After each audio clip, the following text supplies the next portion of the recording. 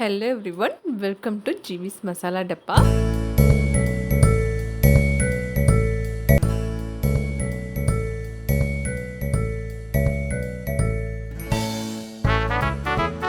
Hello friends, இன்னைக்கு சின்னதா ஒரு டே இன் மை லைஃப் vlog தான். ஹோப் இந்த வீடியோ கொஞ்சம் உங்களுக்கு யூஸ்ஃபுல்லாக இருக்கும்னு நினைக்கிறேன். இடையிடையே நிறைய டிப்ஸும் சொல்லியிருக்கேன், குக்கிங்கும் இருக்குது. வீடியோக்குள்ளே போகலாம். இது சாட்டர்டே நைட் எடுத்த கிளிப்பிங் தான். அதாவது நைட் ஒரு 9:30க்கு மேலே எடுத்தது.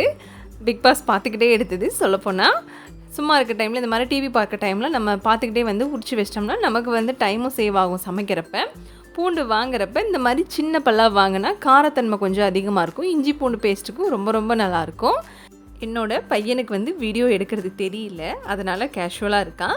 இப்போ நாங்கள் டிவி பார்த்துக்கிட்டே பூண்டை உரிச்சு முடிச்சாச்சு. உங்களுக்கு பிக் பாஸில் ஃபேவரட் கண்டஸ்டன்ட் யாருன்னு மறக்காமல் கமெண்ட்டில் சொல்லுங்கள்.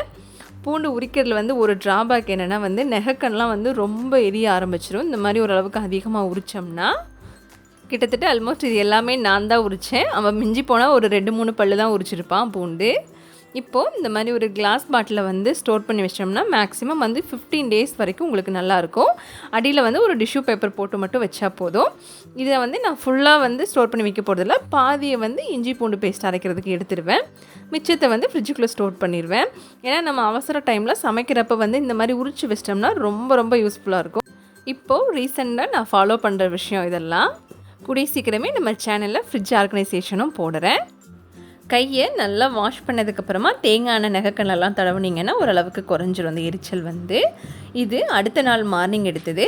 காலையில் காஃபி குடிச்சு முடித்தோடனே பேசிக்கிட்டே கொஞ்சம் நிலக்கடலை ஊர்லேருந்து கொண்டு வந்தது இருந்தது, அதை உரிச்சாச்சு. அப்புறமா காலையிலே மார்க்கெட்டுக்கு போய் மீன் வாங்கிட்டு வந்தாங்க. எங்களுக்கு கொஞ்சம் ஃப்ரெஷ்ஷாக மீன் கிடைக்கும் எப்போவுமே. ஆனால் இன்றைக்கி வாங்கிட்டு வந்த மீன் கொஞ்சம் போட் போகாதனால ஒரு நாள் கொஞ்சம் முந்தின மீனாக இருந்துச்சு. இருந்தாலும் ஓரளவுக்கு ஃப்ரெஷ்ஷாக தான் இருந்துச்சு மீன். மார்னிங் வாங்கிட்டு வந்தோடனே மண் சட்டியில் கொட்டி நல்லா அலசி எடுத்து வச்சிட்டேன். ஏன்னா கவரோடு வச்சோம்னா நமக்கு ஓரளவுக்கு ஸ்மெல் வர ஆரம்பிச்சிடும் மதியம் வரைக்கும். அடுத்து தான் இது கிழங்கன்பொடி மீன்னு சொல்லுவாங்க. இன்றைக்கி 2 டைப்பில் மீன் வாங்கிட்டு வந்திருந்தாங்க. இது பாறை வறுவலுக்கு கொஞ்சம் நல்லாயிருக்கும். ஆனால் கிழங்கம்பொடி மீன் வறுவலுக்கு இதை விட அட்டகாசமாக இருக்கும். இப்போது பேசிக்கிட்டே நாங்கள் கிட்டத்தட்ட இவ்வளோ நிலக்கடலை உரிச்சாச்சு. இதில் நான் பாதியை வறுத்து எடுத்து வச்சுருவேன். மிச்சத்தை ஊற வச்சு ஃப்ரிட்ஜுக்குள்ளே வச்சிட்டோம்னா நம்ம பொரியல் செய்கிறப்போ போட்டுக்கலாம். ரொம்ப ரொம்ப நல்லாயிருக்கும். அதே போல் வேக வச்சும் கொடுக்கலாம், சுண்டலாக தாளித்து. இன்றைக்கி மார்னிங் இட்லியும் நிலக்கடலை சட்னியும் தான். அந்த கிளிப்பிங் நான் எடுக்கலை.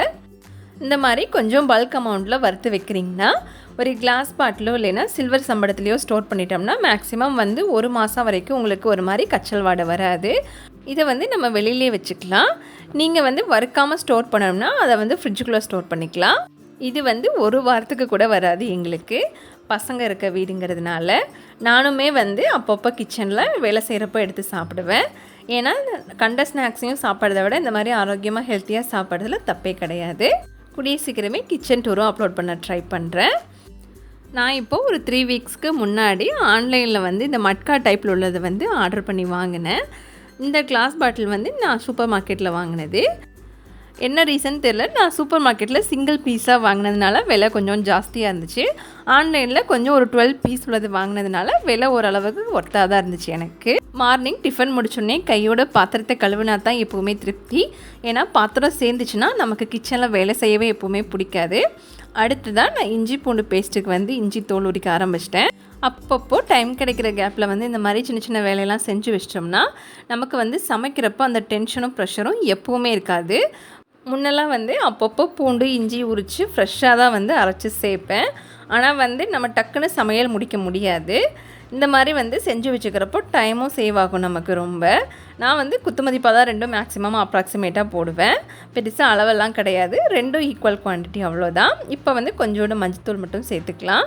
அதே போல் நம்ம ஸ்டோர் பண்ணுற விதத்தை பொறுத்து தான் இஞ்சி பூண்டு பேஸ்ட் நாள் பட்டாலும் நல்லா ஃப்ரெஷ்ஷாக இருக்கும். இப்போது நான் கூட 1 டேபிள் ஸ்பூன் போல் எண்ணெய் சேர்த்துக்கிறேன். மேக்ஸிமம் ஒரு 15 டேஸ் வரும் எனக்கு, அவ்வளோதான். அதுக்கு மேலே வச்சுருக்க மாட்டேன். முடிஞ்ச அளவுக்கு கிளாஸ் பாட்டில் அப்படி இல்லைன்னா சில்வர் சம்பளத்தில் ஸ்டோர் பண்ண ட்ரை பண்ணுங்கள். ஏன்னா அதுதான் ஏர்டைட்டாக இருக்கிறப்போ நாள் பட்டாலும் நமக்கு ரொம்ப ஃப்ரெஷ்ஷாகவும் அதே சமயம் வாசனையாகவும் இருக்கும் இஞ்சி பூண்டு பேஸ்ட்டு.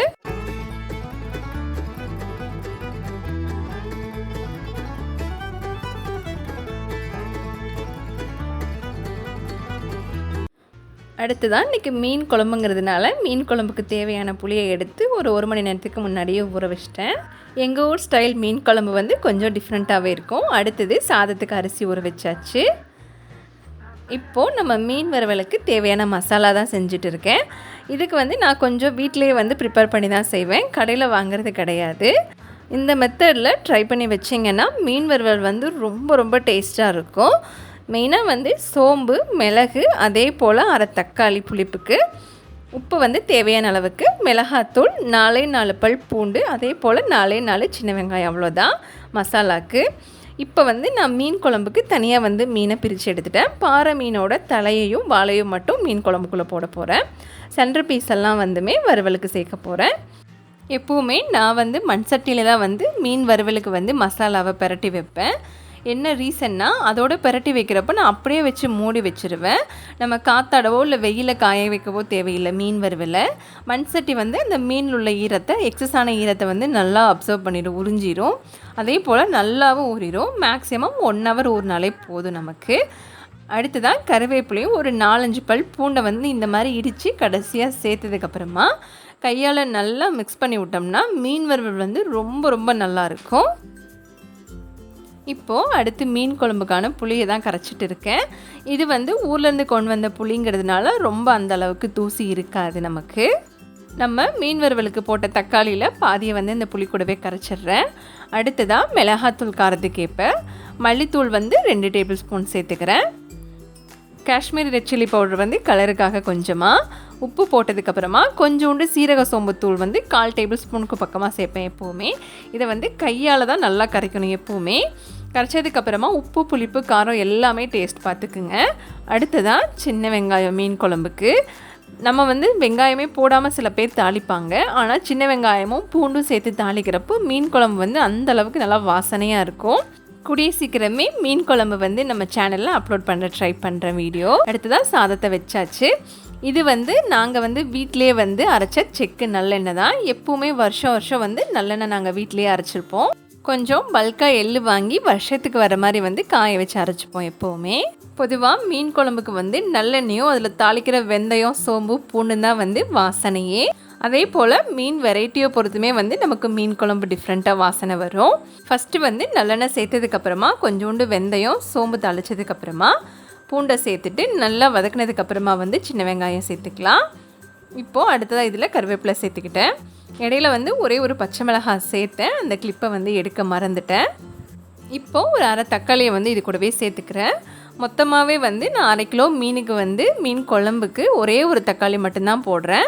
மித்தபடி வந்து புளி தான் எல்லாமே. ஏன்னா மீன் குழம்புக்கு வந்து எப்போவுமே புளி தூக்கலாக இருந்தால் தான் வந்து குழம்பும் நல்லா வாசனையாக ருசியாக இருக்கும். அந்த புளியும் வந்து நம்ம மீன் எல்லாமே வந்து இழுத்துரும். அதே போல் உப்பு கரெக்டாக இருந்தால் மட்டும்தான் சென்டரில் கொதி வரும். இப்போ வந்து கொதி வந்ததுக்கப்புறமா ஒரு 4 பல் பூண்டை வந்து தட்டி மீன் குழம்புல சேர்த்து நல்லா மூடி வச்சிடலாம். பச்சை வாடை போனதுக்கப்புறமா கொஞ்சமாக சர்க்கரை சேர்த்துக்கிறேன் புளிப்பு பேலன்ஸ் பண்ணுறதுக்காக. இப்போ வந்து மீன் குழம்பு ஓரளவுக்கு பச்சை வாசம் போயிடுச்சு. அதனால் நம்ம கழுவி வச்ச மீனை எல்லாமே உள்ளே சேர்த்து கொதி வரட்டும். நம்ம பெரட்டி வச்ச மசாலா மீன் நல்லா ஊறிடுச்சு. இப்போ வந்து இது வறுக்க ஆரம்பிச்சிடலாம். சாப்பிட்றதுக்கு முன்னாடி சூடாக வறுத்தா தான் எப்போவுமே வந்து மீன் வறுவல் ரொம்ப டேஸ்ட்டாக இருக்கும். அதே போல் நான் தோசைக்கல்ல தான் எப்போவுமே வறுப்பேன். ஆயில பொரிக்கிறத விட இந்த மாதிரி தோசைக்கல்ல வறுக்கிறப்போ ரொம்ப டேஸ்ட்டாக இருக்கும். இன்னொரு விஷயம், நான் பொரிக்கிறதுக்கும் வந்து நல்லெண்ணெய் தான் யூஸ் பண்ணுவேன் மீன் பொரிக்கிறதுக்கு. நம்ம வந்து வீட்டில் அரைச்ச நல்லெண்ணெய்ங்கிறதுனால எந்த கச்சலோ எதுவுமே இருக்காது டேஸ்ட்டு. கண்டிப்பாக ட்ரை பண்ணுங்கள் நல்லெண்ணெயில் வறுக்க மீன். அதே போல் தோசைக்கல்ல வறுக்கிறப்போ நமக்கு எண்ணெயும் வந்து அதிகமாக வேஸ்ட் ஆகாது.